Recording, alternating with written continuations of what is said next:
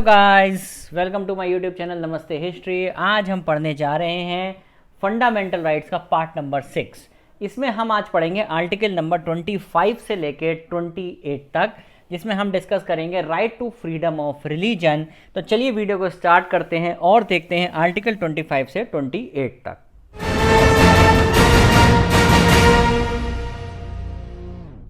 अब देखो, सबसे पहले आपको क्या दिख रहा है, आर्टिकल नंबर 25 से 28 तक। पहले हमें क्या याद रखना है कि भैया कौन से आर्टिकल आते हैं, right to freedom of religion. सबसे पहली बात, आर्टिकल 25 क्या बोलता है, वो ये बोलता है कि freedom of conscience and free profession practice and propagation of religion. देखो क्या होता है, टर्म आपके लिए यूपीएससी या एसएससी में ये 3 टर्म दे देंगे, प्रोफेस, प्रैक्टिस एंड प्रोपोगेट, और एक कोई टर्म और दे देंगे, कहेंगे ऑड वन आउट कर लो।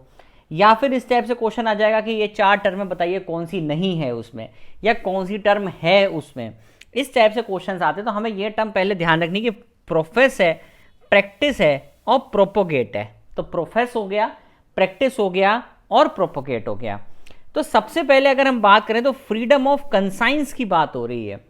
कंसाइंस का यहाँ क्या मतलब आएगा, अभी हम देखते हैं। तो article 25 guarantee the freedom of conscience, freedom to profess, practice and propagate religion to all citizen. यहां कहने का मतलब यह है कि आपके ऊपर कोई रेस्ट्रिक्शन नहीं है, आप कोई सा भी रिलीजन यूज कर सकते हो, कोई सा भी रिलीजन फॉलो कर सकते हो। आपके ऊपर स्टेट ने कोई भी ऐसा, या स्टेट ने ऐसा कुछ नहीं लगाया कि हाँ आपको यही रिलीजन फॉलो करना है। That comes under article number 25। आपको हर फ्रीडम है, आप कोई भी रिलीजन फॉलो कर सकते हैं।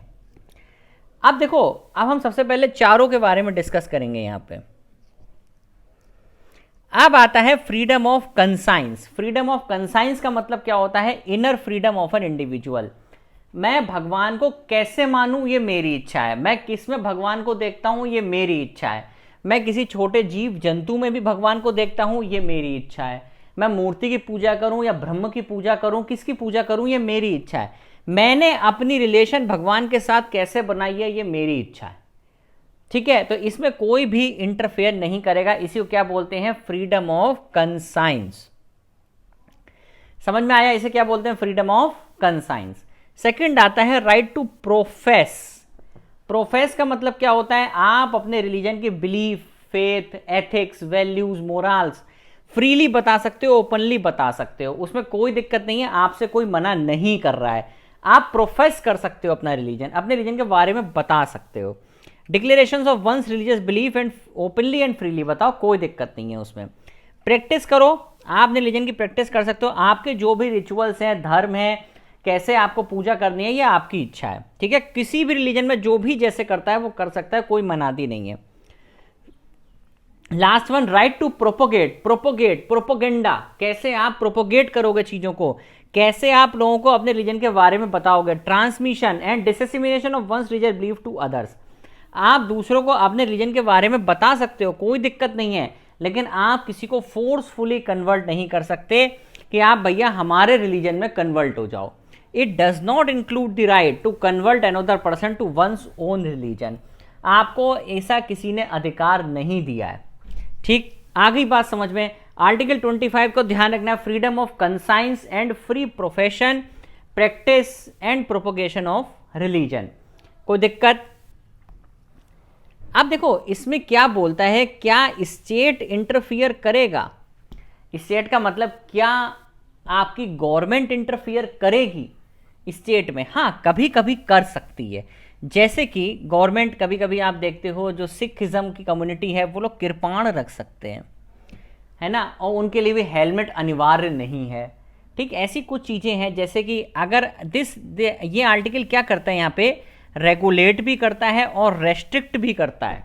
ठीक है, कोई भी सेक्युलर एक्टिविटी हो, फाइनेंशियल, इकोनॉमिक या पॉलिटिकल एक्टिविटी हो जो कि रिलीजन से जुड़ी हुई हो, कर सकता है, पर बड़े लेवल पे नहीं कर सकता। जैसे कि अगर हम हिंदू के लिए बात करें, हिंदुइज्म के लिए बात करें, तो गवर्नमेंट बहुत सारे रिलीजियस इंस्टीट्यूशंस ओपन कर सकती है, that provide for the social welfare and reform, opening up of Hindu religious institutions to all sections and classes of Hindus. अब यहाँ एक चीज आ जाती है कि हिंदू में सिख भी आ जाएंगे, जैन भी आ जाएंगे और बुद्धिज्म भी आ जाएंगे।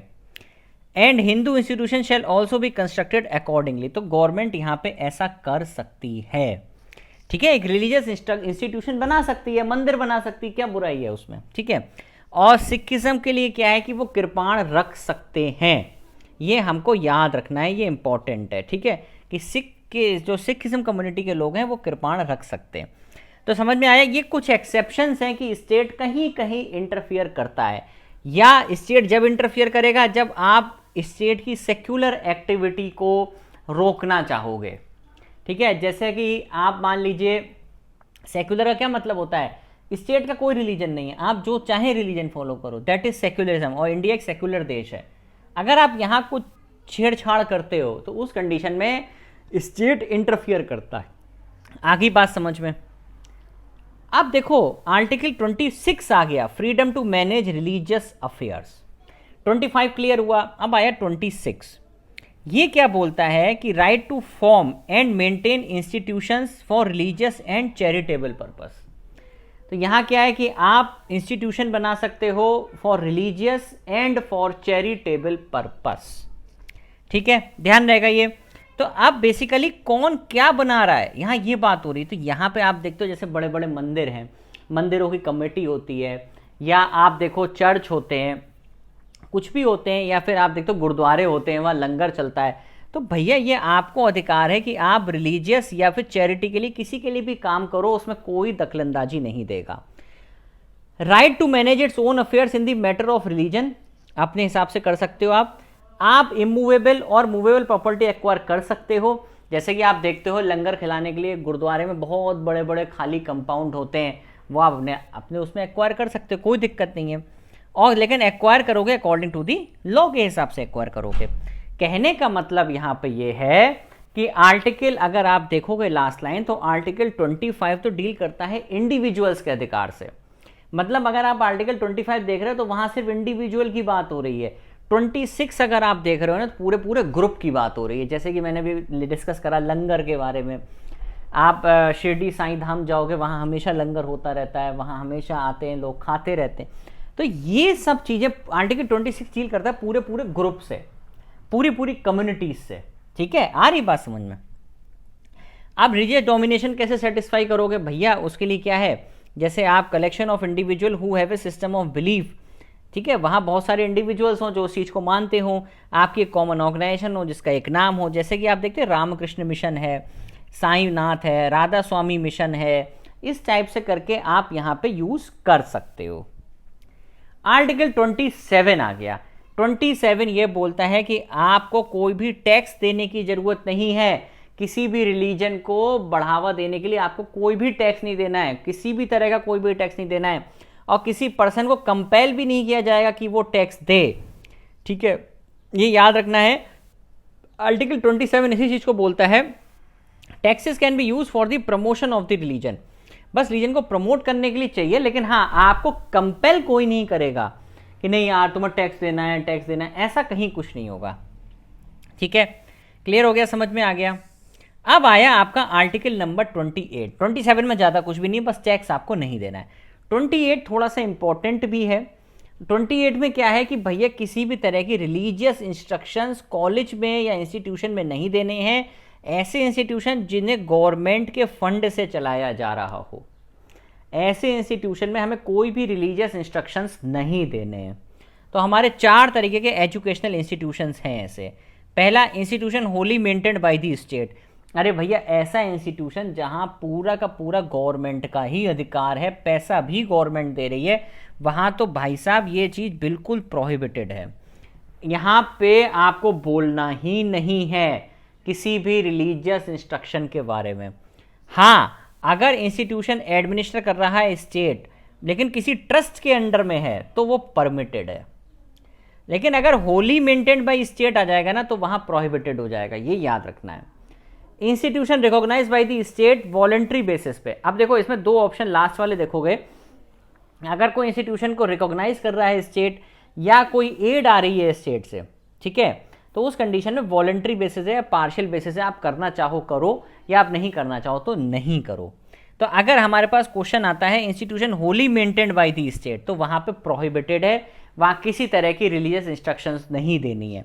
और ऐसे ही अगर यहाँ आता है, अगर इंस्टीट्यूशन एडमिनिस्टर बाई स्टेट है बट कोई ट्रस्ट चला रही है, मतलब पैसा कहीं और से आ रहा है, तो वहां पे परमिटेड है, वहां कोई दिक्कत नहीं है। यहां पे क्या मतलब है कि स्टेट चला भी रहा है और पैसा भी स्टेट दे रहा है, मतलब रुपया भी कौन दे रहा है, स्टेट दे रहा है। ठीक है, आई होप आपको चारों आर्टिकल समझ में आए होंगे। Do like share and subscribe my channel. Thank you very much.